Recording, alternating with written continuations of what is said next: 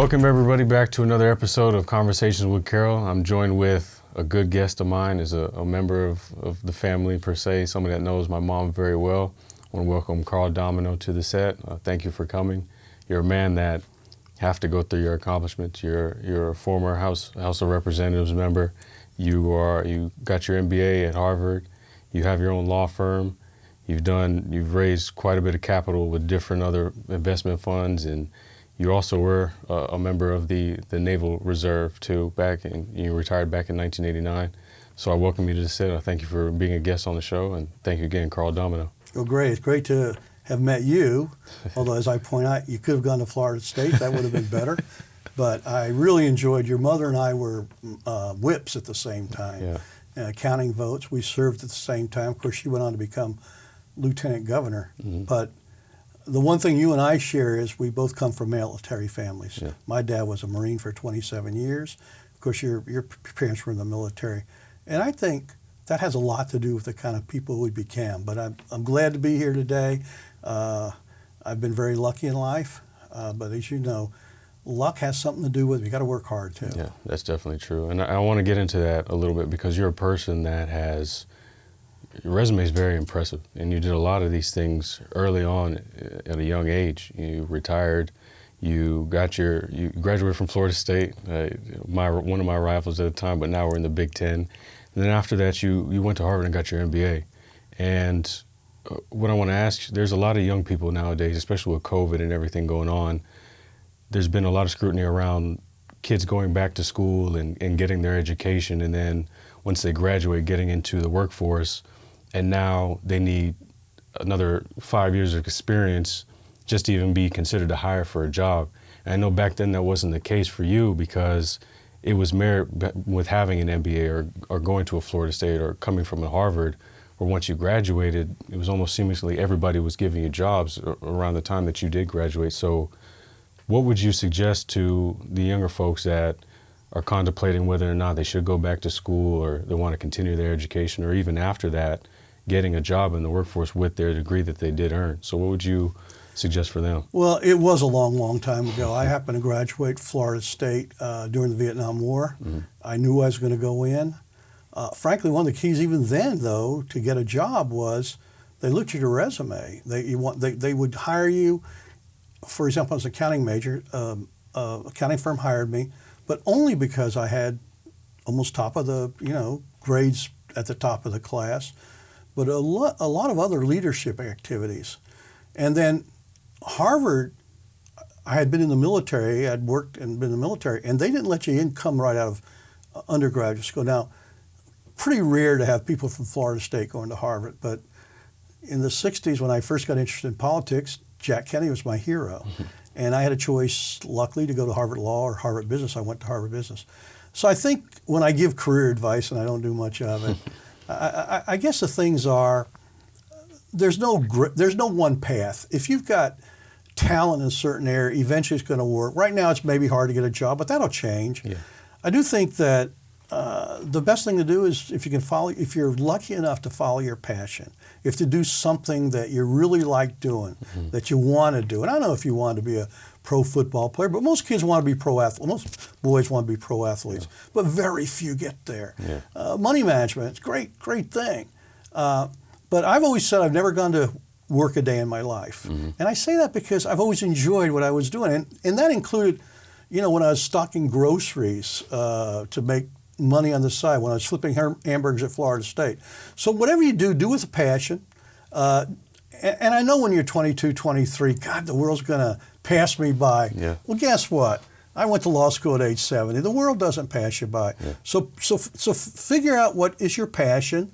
Sometimes you got to take a job that's less than optimal for whatever reason. Mm-hmm. But the way to get the better jobs is to study real hard, get real good grades, and you can't do it this year, but do student government or your church activities, because when people hire you, and it does depend on the job, they want to see a certain characteristic, and leadership is a good characteristic. Now, I was going to be a CPA. Did leadership matter? I didn't know that at the time. I thought, boy, if I knew all the accounting stuff, that was good. But as they hire you, they're looking for someone that's going to be there 10 years later. And that guy 10 years later, he's got to be able to interact with people. I was real shy. I forced myself to take some speech classes because I knew that was an attribute. So the answer is, don't be impatient. Follow your passions. Get the best school you can get the best grades you can get. I know all those nice weekends at college are great to go out with the girls or whatever, and you got to do that. You should enjoy school. But I've got two 20-year-old kids, and I want them to get good grades, but I want them to enjoy life. But don't be impatient. Things will come, and you'll find your niche, and you'll be successful. This is an economy that has a lot of different things changing. No longer do you get a job at 22 and do the same thing for 30 years. You better learn. You better keep up the skills. But most people will. It's a funny thing. I'm so impressed by the younger generation. Some of they're lucky. I mean, when I wanted to find something out in my year, I had to go down to the library or something like that. They just asked Siri. They're really smart kids. Even though they watch TV, they're learning. And both of my kids are very challenging in terms of the questions they ask and the things they do. I have so much optimism about our youth, and I think they'll do well. And I think if they have some patience, study hard, play hard, and do what they are really engaged by. And you don't have to make the decision at age 22. A lot of people do something for 2 or 3 years for whatever reason, and then they do something else. If you want to go to a law school or a graduate school, try to get into the best one you can, because even those job searches, you're going to have a lot more opportunity to have a Harvard Business School than you are a Florida State MBA program. So always shoot for as high as you can, and work hard enough to make sure it pays off. Now I remember you just brought up you never worked a day in your life. And I know prior to you opening up your own fund, there's a fund that you work with prior to. And I remember you talking about just now hard work, dedication, persistence, the way you have to work over time. You had a fund, you had to manage a fund that was worth $1 million, and over a decade, you brought up to $10 billion. Now, that's impressive. That's something that cannot be overseen. What was some of the work that you put in to get it to that point? Because I know that might have been the point that you wanted to get it to, but I know there was a process in there that you had to go about, that you had to complete, that you had to look at to know this is where we need to go, this is where I want to take it. So could you explain that to me a little bit? Well, I don't want to make it about me, but This is about you. One of the negative things about growing up in a military family, and my dad served 27 years, so he just sort of ended when I was starting high school. You don't know about a lot of professions, I mean, you know an eye doctor, but you really don't know what an accountant is. You certainly don't know what a money manager is or any of those kinds of things. But the thing that saves you is the library. Guys that read enhance their world. It goes way beyond my dad was a warrant officer in the military. And when I'll never forget, my dad, like a lot of guys, was really smart, but not book smart. He was street smart. I mean, he made CWO. And when I said I was going to major in accounting, him and his friend, who was a little higher ranked, so of course in the military, if you're a lieutenant and the other person's a JG, well, you're smarter. It's not like that in the real world. When they said I was going to be in accounting, that was crazy. The computers are going to knock out all accountants.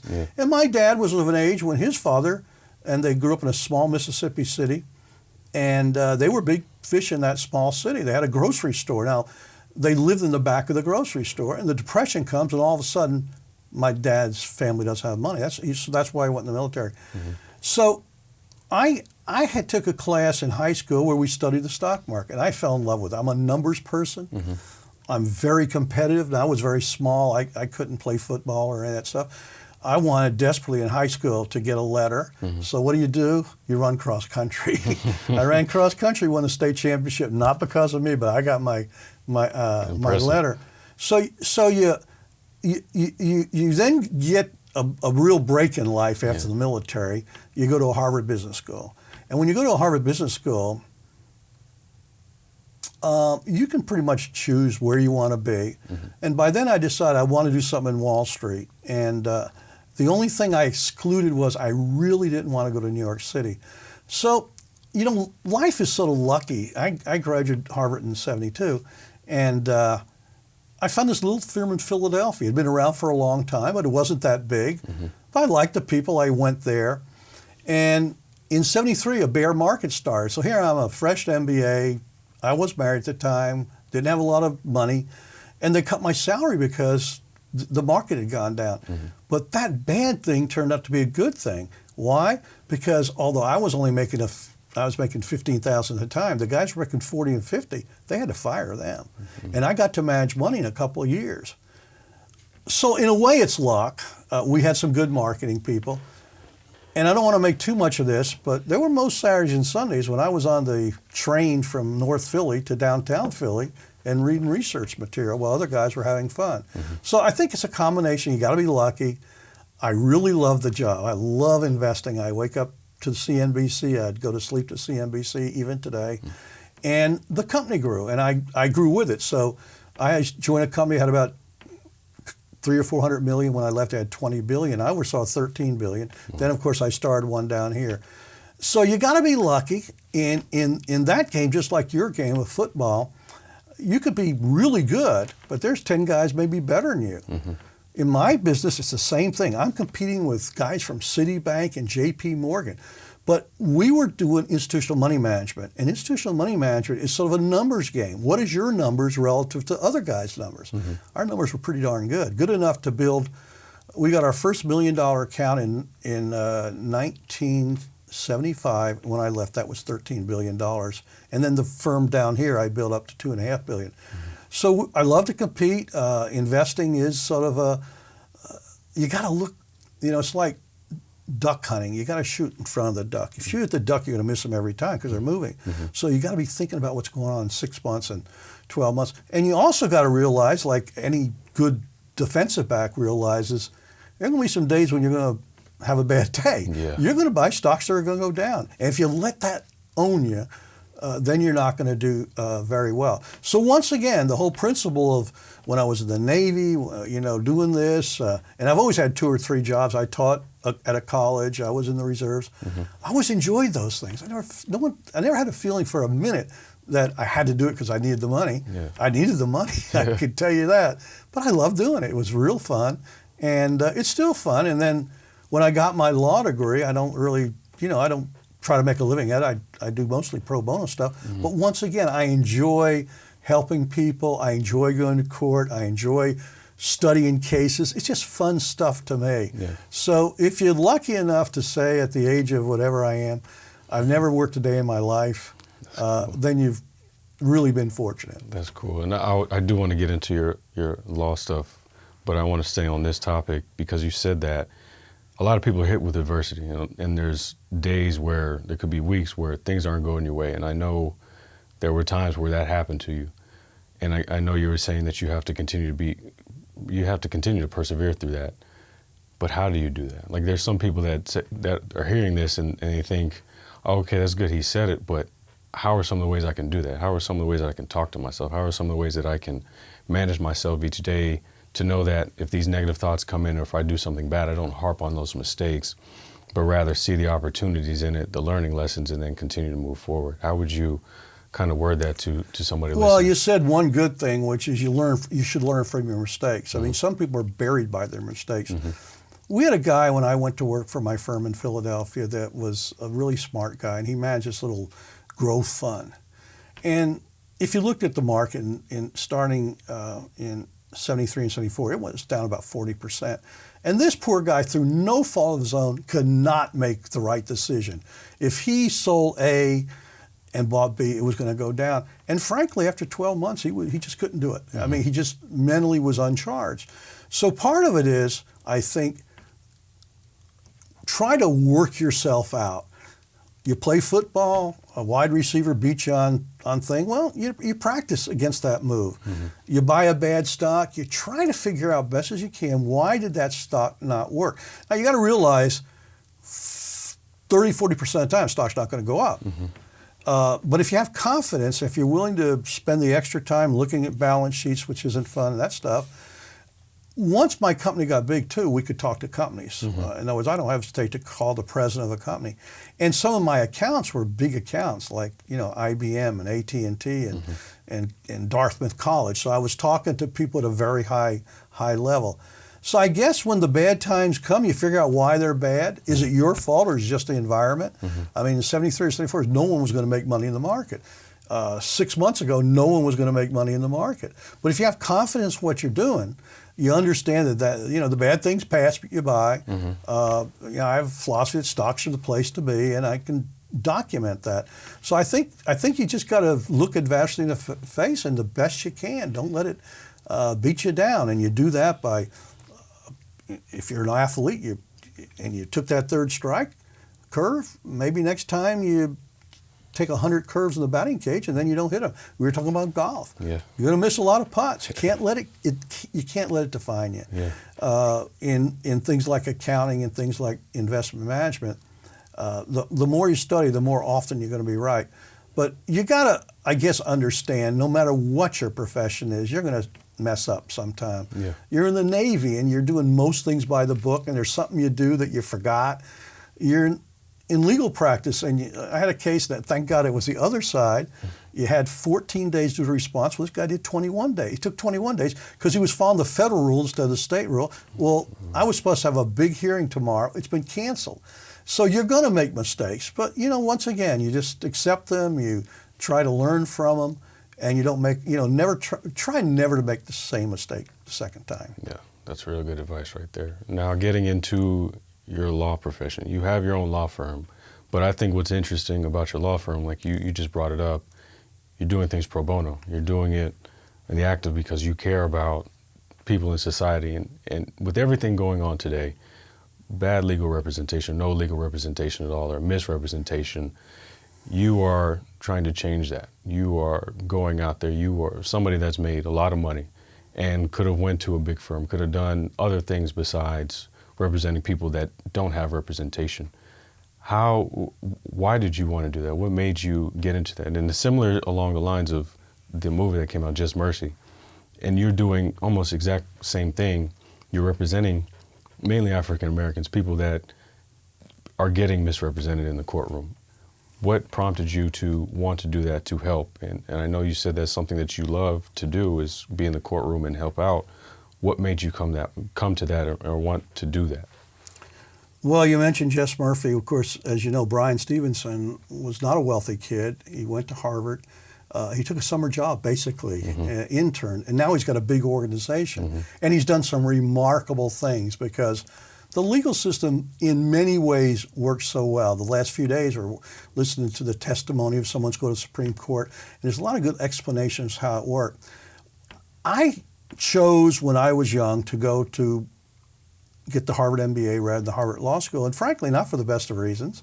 I just gotten married, I had no money, and I decided 2 years of an MBA program was just easier than 3 years of a law degree. It turned out probably to be the best decision of my life because with my accounting background, had I gotten that law degree, I'd had to go to some New York firm, and I'd be doing tax returns. I didn't want that. Money management's so much more funny. So I got interested in constitutional law, partially in large measure because I've always been interested in politics. I've been a political junkie. You go up to Tallahassee, you surf with your mother, and you're even more interested. So I called Nova Southeast where I went one day. I said, I want to take a course in constitutional law. And they said, well, you just can't take one course. You got to take the whole thing. I said, well, what does that entail? Well, you got to make an application. You got to send your grades from school, and you got to take the LSAT. I said, well, I've done all those. Now, this was probably, I don't know when it was, June or something like that. So the lady probably heard over the phone that I wasn't the youngest guy in the world. Well, when did you take the LSAT, she asked me. Well, I think it was 1964. She says, you got to take it again. Well, I fail a lot, but I don't like to advertise it, so it's sort of cute. I signed up to take the law boards, and we were going on a family vacation to Italy. I'll never forget it. And we were going to leave Sunday. And about Thursday, I went to Sharon, my wife. I said, Sharon, I'm going to have to meet you there on Tuesday. What? I said, well, listen, I just got some business. Now, she's known me long enough. She just doesn't pay attention to my phone bills. We have 2 kids, and it was a big deal. So I went to take the bar exam, and I went all the way up to Melbourne to take it, so I didn't want to run across the local people. Yeah. And I did okay. I didn't do great. So I submit my, and then they send me a letter from Nolan. Well, you're not going to be able to get in because by the time we get your scores, we'll have selected our class. This is 2012. Well, I figured with honors from Florida State, honors from Harvard, legislature, I'd get in. Yeah. And I had a pretty good score, so I did get in. And I really was just interested in going to law school, and I loved it. It was fun. I studied and everything. Didn't think I'd even study for the bar, but once you go through, you say, I'll take the bar. So then what do you do with it? Well, one of the things you mentioned wasn't an alternative. No big law firm was going to hire me. And I also have a money management firm that I spend time. So how do you help people? Well, the first thing I did actually was I contacted a friend of mine. There was an opening on the Florida Bar Foundation board. Florida Bar Foundation administers all the legal aid money that comes through the system. So I got on that board, and I'm now heading the investment committee. And I said, well, I certainly don't want to do criminal law. That's tough. If I mess up, I could go to jail. Yeah. Family law is sort of the easiest. Civil, I do a few civil. I don't really like it because there's so many technical rules. But family law, and I get most of my cases from legal aid or just word of mouth, because when you do things for free, you get a lot of business. You have a free buffet and you get a lot of customers. Yeah. And I've been doing it for several years, and I would say a lot of it is just almost routine, helping people with the paperwork. If you know what you're doing, it's very easy. But for a person that wants to get a divorce or has had a child and there's an issue of time sharing, it's helpful to have a lawyer. It's actually helpful if both sides have a lawyer, if things get done. And I probably at any time I have 20 to 30 cases. I've done a lot. I've helped a lot of people. Only once or twice were people ungrateful about that. But mostly it's been a couple that are married or not married, have a kid, and they want to establish a time-sharing plan.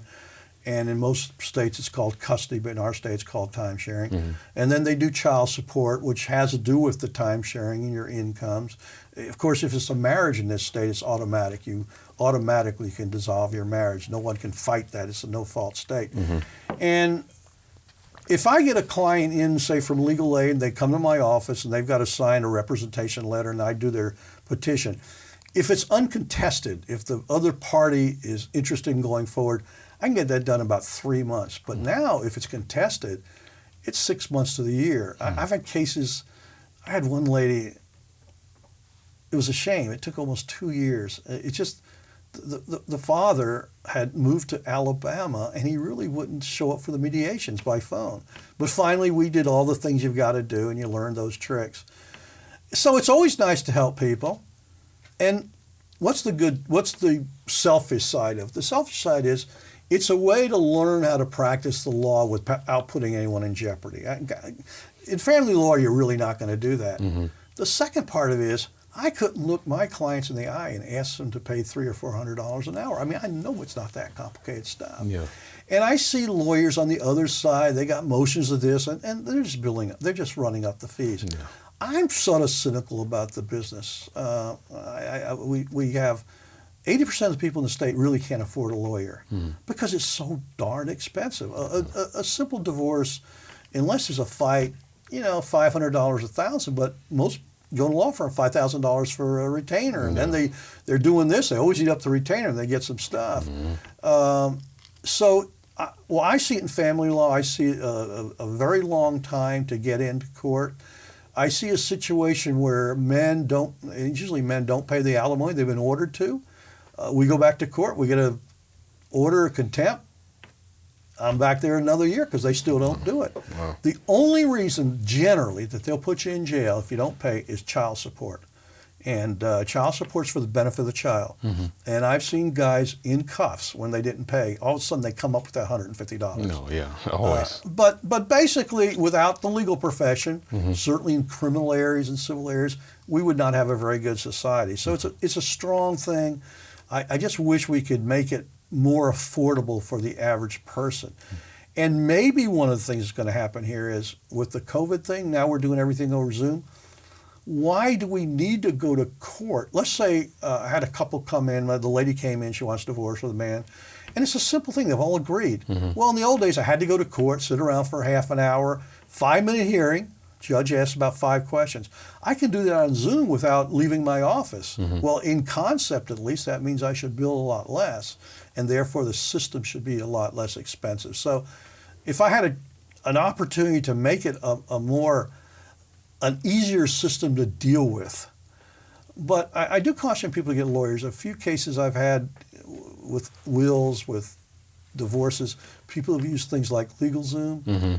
That is and you can make a mistake. Yeah. You can make a mistake. Definitely. But on the other hand, a lot of people can't afford it. The couples just decide it's time to get divorced. They've got 2 kids. They really each can't afford $10,000 or $15,000. So we're just trying to help. And I learn about the law. I help people. And if you've been lucky enough to make a few bucks and you can afford to do it, it's certainly not taking any food out of my family's mouths. I think you do it. Yeah. I think that's commendable. I mean, I think that's why your mom ran for public office. Yeah. That's why I ran for public office. I know there's a cynicism that we're all out there, we're running for public office to get rich. Well, that's just not true of 90% of the people. And there's always some game players, but basically there's people that want to try to make it a better environment. And, when we're in the legislature, I know this is a little bit aside, I had to fight 6 or 7 years to do something called portability, which allows a couple that had bought a house, homesteaded, to move to another house and take their tax benefit with them. Because in this state, starting in 1992, if you bought a house and you homestead, let's say you paid $100,000 for it, and let's say in the early 90s it went up to $200,000. Well, your taxes can go only up 3% or less a year.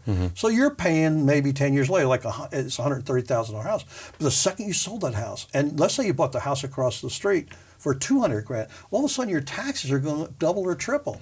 So it was a battle we fought. The voters had to vote on it, and 67% of the people voted on it.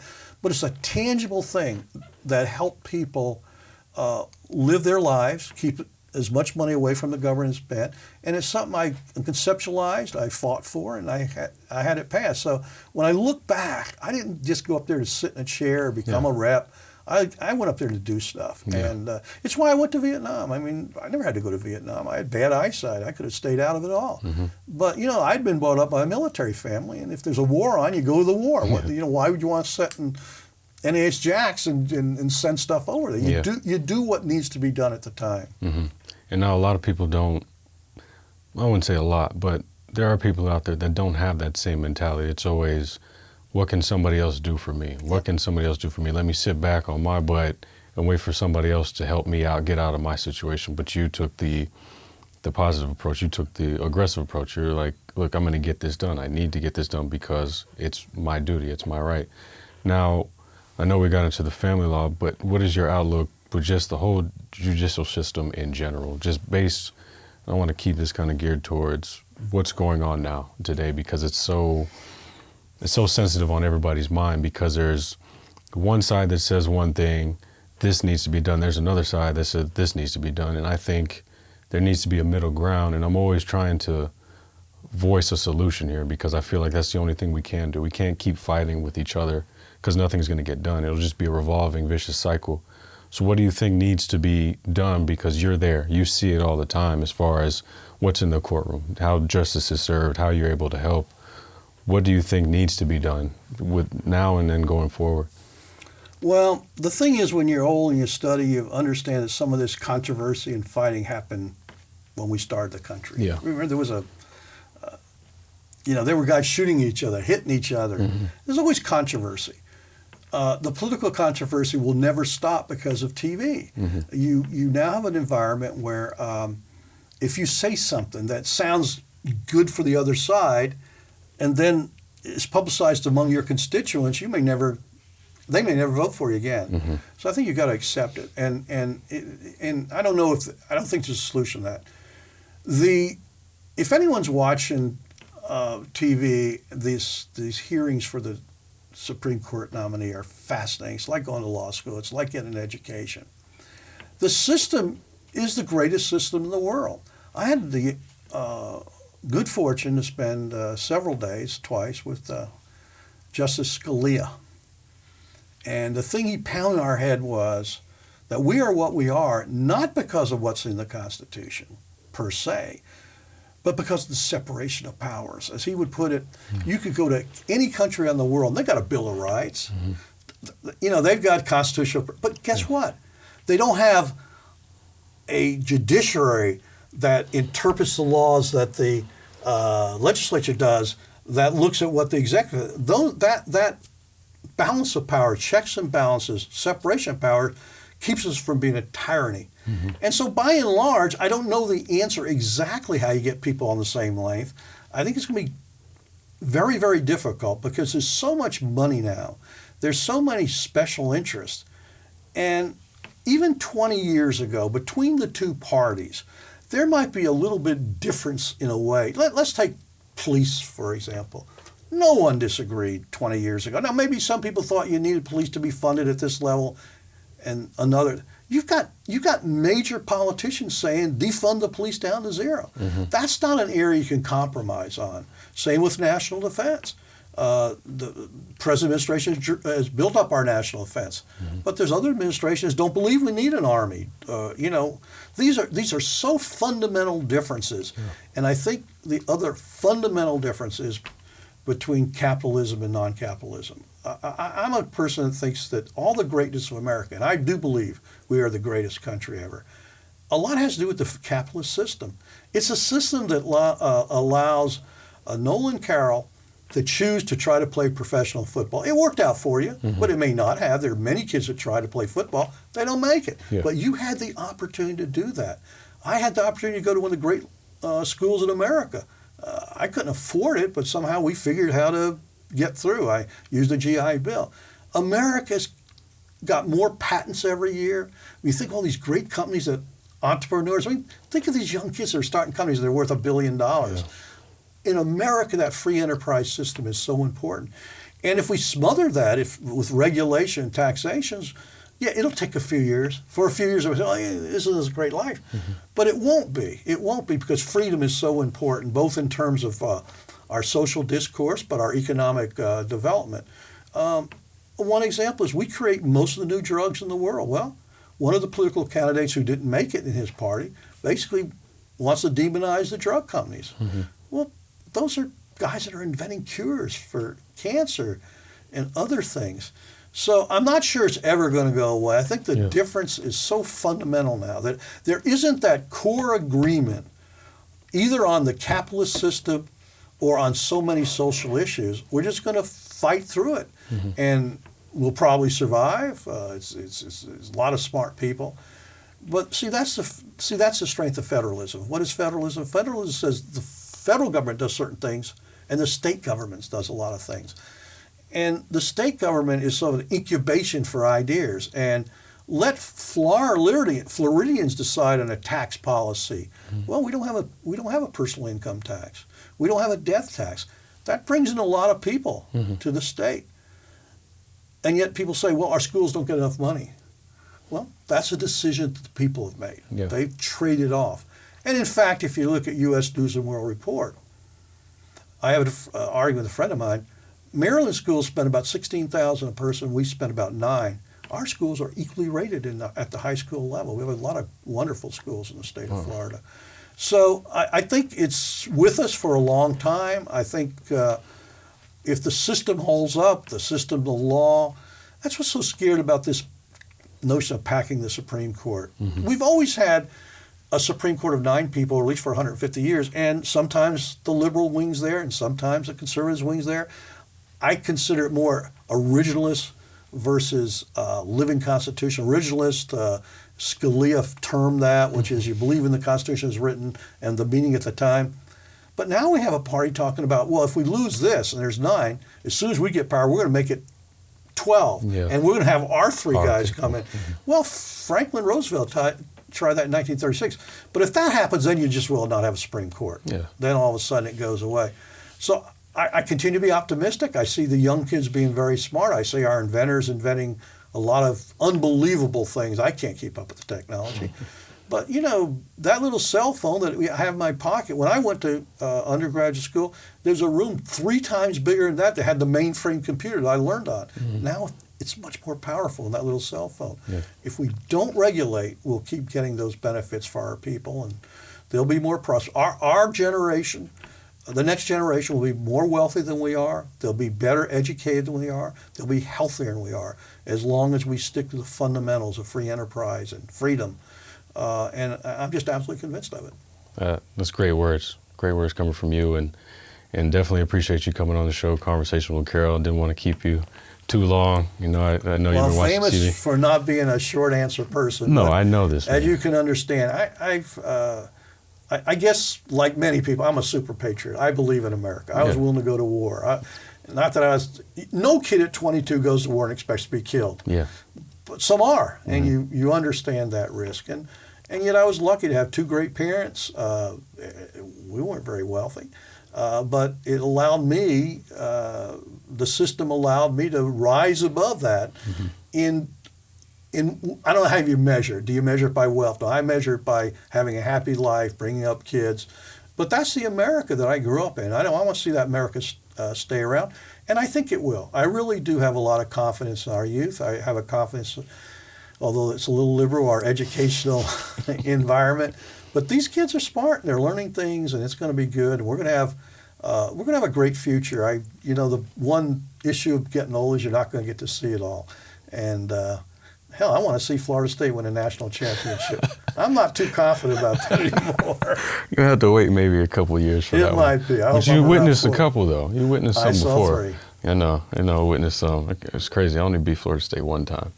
Once. And I was lucky enough, in 1995, I was national booster chairman. I got to play golf a lot with Bobby Bowden. Okay. And to me, I'd say the greatest Americans in my mind: Ronald Reagan, Bobby Bowden, Anton Scalia, and Jack Nicklaus. Really? And I've gotten to, except for Reagan, I've gotten to spend a lot of time with each of those 3. And they're just great, beyond what they're known for, golf or that. They're just great human beings. They're just great human beings. And there's a lot of great human beings out there. We'll find them. Yeah. Now, why Bobby Bowden? It's interesting because now that I have you on here, being on the opposite sideline, I would see him. I would notice him. You would feel his presence. But what made him that type of person? Because he's one of the all-time greats in college football. Well, in terms of football, and the reason I think he is one of the greats, unlike many of the people that are considered great coaches, they generally took over programs that have been very, very successful. In 1972 and 1973, Florida State almost gave up football. And we had a bad record. And Coach Bowden was up there in West Virginia. His first year didn't go so well. They hung an effigy in his backyard. So he was looking to get out of there. So Florida State hired him in 1976. And 3 years later, he was fighting for national championships. And I'm not on the inside. I'm sure he was tough in many ways. But while he was doing all this stuff, he ministered to prisoners at, right up the road. He would do his show Saturday night, and then Saturday morning he was over at the prison down the road.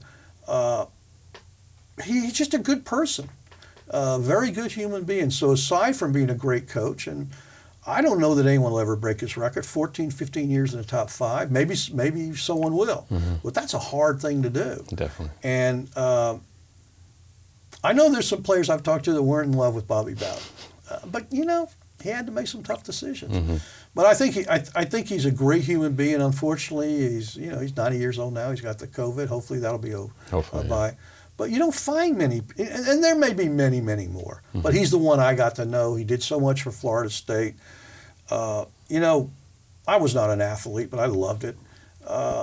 People don't quite realize that because of a successful football program, people will come to the school to see the games, and they're the people that might contribute to the library or to the education center, the business school. People that may not even be interested. That's even true in the Ivy League, where it's not really a big deal to play football, but still guys come back and they see their alma mater and they visit. So I think Bobby made a tremendous contribution. He was a tremendous human being. You never heard any scandal around Bobby Bowden. Never. And I don't think you ever would. And the kids I know that played for him, they love him. They That's just cool. couldn't think. And on the record, he had one of the better records out there. Year after year, getting a pole, being in the top 5. Could have won, coulda, shoulda. I mean, he could have won 3 or 4 more. If it weren't for the University of Miami, he probably would have won 3 or 4 more. Those for the darn wide field goal those wide kickers, lefts and he right, might have yeah. run 3 or 4 more. But it was so exciting to be at the first one he won because, if you remember, Nebraska missed a field goal, and so everyone's celebrating. That's right. But there was a flag. They got a second chance and they missed it because Uh-huh. everyone wanted Coach Bowden to win that national Yeah. championship. That's And cool. he's a humble guy, Mm-hmm. but he was a great coach, and he thought a lot about continuity. A lot of his staff stayed with him for a long time. Mm. And Nolan, it was an era where probably a great coach made $500,000 a year, not $7.5 million. Yeah, they made more than I did when They're I making played. pretty good Jeez, money. Yeah, They're they making did. pretty good money. Well, Carl, I appreciate it, man. Thank you for taking the time out to speak with me. I know the last time we spoke was maybe when we had this type of discussion was when I was a rookie in the NFL, didn't even know how life was, and for you to come back almost a decade later and give me some knowledge, give me some advice, I appreciate you doing that. Well, you did a great job in your career. I give a lot of credit to your parents. I I know appreciate your it. mother very well. Oh, yeah. I'm sure she had to discipline you a few times. Oh, she did. and, She did. it was good for you. It did. It helped me out a lot. It's still helping me today. So I appreciate you, man. Thank you very much. Thank you. Best of luck. I appreciate it, Carl.